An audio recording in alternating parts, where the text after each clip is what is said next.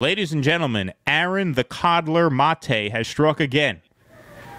Aaron Maté went on Tucker Carlson. He was coddling Tucker Carlson in the middle of a road trip night with Jackson Hinkle. Exactly. Where they're eating Doritos in the front of a Stingray. Exactly. He called in to the Tucker Carlson Tonight Show to talk about the destruction, shall we say. Can we call it an explosion without getting thrown off the air? What do we say? Without the leak of the Nord Stream 2 pipeline, which runs from Russia to Germany. Let's hear Aaron Maté. The American sabotage. Yeah, right, exactly. I mean, this is theory. Sabotage. CIA. CIA cutouts in Europe. Let's go to the tape, everybody. Here's Aaron Maté nefariously coddling Tucker Carlson. Coddling motherfucker. It's pretty amazing when you consider the track record of the people who are telling us that Russia did this. They're the same ones who told us that Russia installed Trump in the White House and blackmailed him with a P-tape, who told us that Russia placed bounties on U.S. troops in Afghanistan, that Russia was injuring U.S. diplomats with supersonic microwave weapons, and that Russia invented the contents of Hunter Biden's laptop. And we're supposed to take now their claims on faith. When, by the way, at the same time, for many years, those who've been opposing the pipeline, including many of those now accusing Russia of blowing it up, have been telling us the reason they're opposed to it is because it gives Russia leverage over Europe by controlling its energy supply. So just think of it logically. Why would Russia blow up its only form of leverage? It does not make any sense. Now, the reason why someone else would want to blow this up from the West, and as you noted, John Kirby, when he was asked by Brett Baer, did not answer the question of whether it could have been a U.S. proxy. He only said that the U.S. was not involved, which to me is very revealing. And the reason why the U.S. and its allies have been so opposed to Nord Stream for a long time is because, as was recognized in a 2019 study by the RAND Corporation, which is a U.S. government-funded think tank, the Nord Stream was very profitable for Russia. And also, if it goes through, bringing gas from Russia to Germany and the rest of Europe, that makes Europe and Germany more intertwined, which in turn makes it a lot harder to wage a proxy war and impose sanctions on Russia. And that's why this RAND study said a first step to weakening Russia would be stopping Nord Stream 2. So the motive is there, and as you've noted, the intent was made very clear in public, but somehow we're supposed to not believe all logic and all facts and just believe once again that Russia is behind something that is so drastically against its own interests. All right. Now, what he said there made pretty good sense to me. He seemed to make his case very forcefully, very strongly. I followed everything that he said. And we also have another bit of evidence that might suggest the United States had something to do with this. Here is President Joe Biden saying a couple weeks before the invasion of Ukraine that if Russia invades, something bad might happen to this very pipeline. Now, I don't want to be a conspiracy theorist and connect two dots here, but I'll leave that to you guys. Let's see what you think. Nice pipeline you got there. Be a shame if something happened to it. Yeah, right. Exactly. First question first. If Russia invades, that means tanks or troops crossing the border of Ukraine again. Then there will be no longer a Nord Stream 2. We will bring an end to it. But how will you do that exactly? Since the project we got and our control ways. of the project is within Germany's control. We will. I promise. Next, she's going to be asking what happened to JFK. I'm not telling you that. Right, exactly. Will, Here, let's just hear his Germany's response control. to this. we will. I promise you, we'll be able to do it. I promise you we'll be able to do that with the smile there. The smile that's gonna ignite how many mushroom clouds? What? If Russia nukes Ukraine, then we have to nuke Russia, then they have to nuke us. So that's 3 nuclear bombs gonna go off because of that smile right there. The responsible adult who's back in charge after 4 years of Donald Trump. So glad the adults are back in charge. So glad we can trust sound, sensible leadership. Look at that grin. Oh, yeah, no, we have a way to make that pipeline disappear. So all of this, I think, says pretty convincingly that there is very good reason to suspect that the U.S. sabotaged this Nord Stream 2 Sorry, I had my eye on the chat there.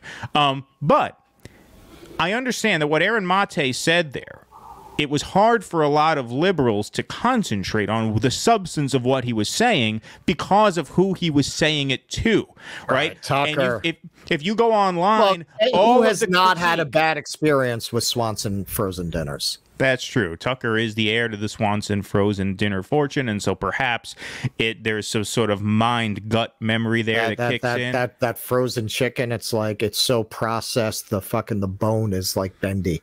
It's like Uri Gelder got a hold of that. But if you go online, there are scores of comments of people talking not about what Aaron Maté said, but talking about how can you go on the Tucker Carlson show and say it to him. So I decided, since what I thought Aaron Maté had to say was very worth hearing, I decided to edit together a segment that will make it a little bit easier for your liberal friends to be able to absorb what Aaron Maté is saying, because the image of Tucker there is just too distracting. They can't focus on it. They will not take anything Aaron Maté says seriously as long as he's saying it to Tucker Carlson.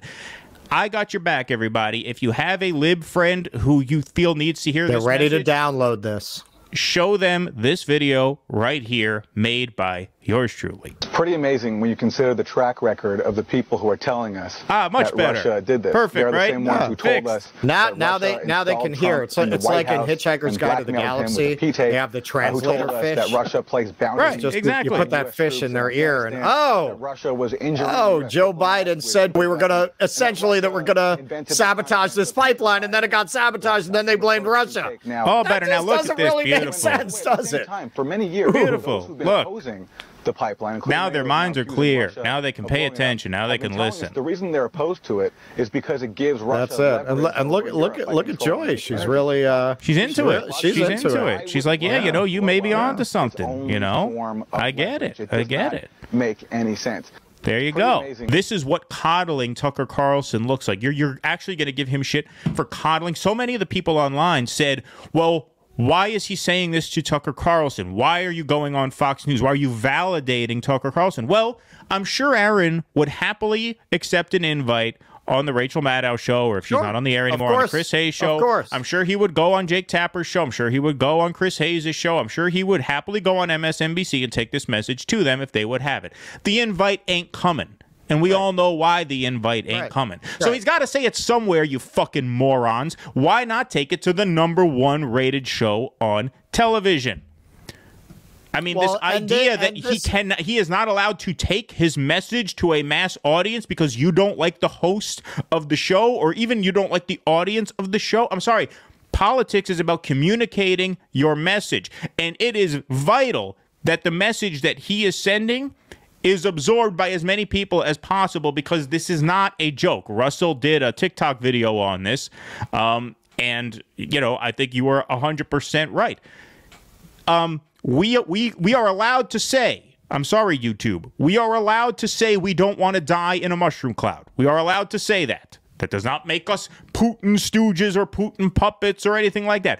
We are people who have the right to live, and we have the right to express our will to live. And you cannot treat a nuclear power this way. These libs are used to interventions in the Middle East. Vladimir Putin is not a good guy. He did not do a good thing. He is a thug. He is a gangster. He is a murderer. Yes, yes, yes. When you have nuclear weapons, that buys, well, yes, so are we. But when you have nuclear weapons, the reason countries pursue nuclear weapons is so that they are taken seriously, so that they are not trampled on in this way. Vladimir Putin is not Saddam Hussein. You're not going to find him buried in a fucking spider hole, drag him out and hang him on TV. He's not Gaddafi. You're not going to parade him through the streets and shove a pipe up his ass or whatever the fuck we did to him. You're not going to do that. This is more serious than that. The guy has a nuclear bomb. Russell lives in New York City. I live 60 miles north of New York City. It is not inconceivable. We can get an alert on our phone at any time saying a missile's headed our way. Head north. Yep. This is very, very serious. You don't fuck around with this shit. You don't fuck around with this shit. At that point, you don't blow up pipelines in the middle of the Baltic Sea when the guy on the I mean, I don't have to keep saying the same thing over and over again, but I think it's very important that people hear this, and so we have to say our piece about it. Go ahead. Yeah, I really, and that's what I said in my TikTok video. I really want to know what these people are going to say as they're digging through the ruins of their supermarket for a can of irradiated pasta. Like, what are they going to be glad that they virtue signaled their Russiagating? You look at this, and it's just amazing how fucking stupid and blind people are. Like, really, these people are marching us up to the brink of nuclear war, and the liberal class that fancies itself the intellectual elites of our society are the ones who are cheering it on. The question is not, why is Aaron on Tucker Carlson? The reason is, why isn't Aaron on every station? He's not, writing for the NYU student paper. He's a very serious fucking journalist who's been all around the world reporting on these kinds of issues. So why are you not asking that question? Why will only Tucker Carlson let someone with this point of view on his show? That's the best question. Why is Tucker the only one willing to have him on the show? Where is your so-called liberal media? Where is your left-wing media? Right. And that's where it's very confusing, I think, for any aware, conscious person today to navigate the terms right and left. What do they mean when Tucker Carlson is basically taking the role of the pirate radio station circa 1968 and putting out the anti-war message, and all of the corporate media is lining up behind a disastrous, potentially apocalyptic war over a territory that really doesn't mean anything to us. And this is what their saint Barack Obama said. We're not getting into war over Ukraine because Ukraine's never going to mean as much to us as it does to Russia. That's what your saint Obama said. So what's different? So what's different now? What's different now is you don't have a president with a brain. You don't have a human being running the country. You have an algorithm running the nation. You have a team of faceless people who we jokingly referred to as Jake Sullivan because he's an advisor. Jake Sullivan represents about 200 or 300 people who are actually running the country. Okay? And that's what's more dangerous about this now. For everything Barack Obama was, he was at least a human being with a human brain who came to the human decision that, as you said, Ukraine will always be more important to Russia than it is to the U.S., and so we are not willing to spill blood over this. You don't have a human being making that decision right now. You have a decrepit, senile figurehead who is being told what to do by people who we have never heard of. And that's the problem. Please clap.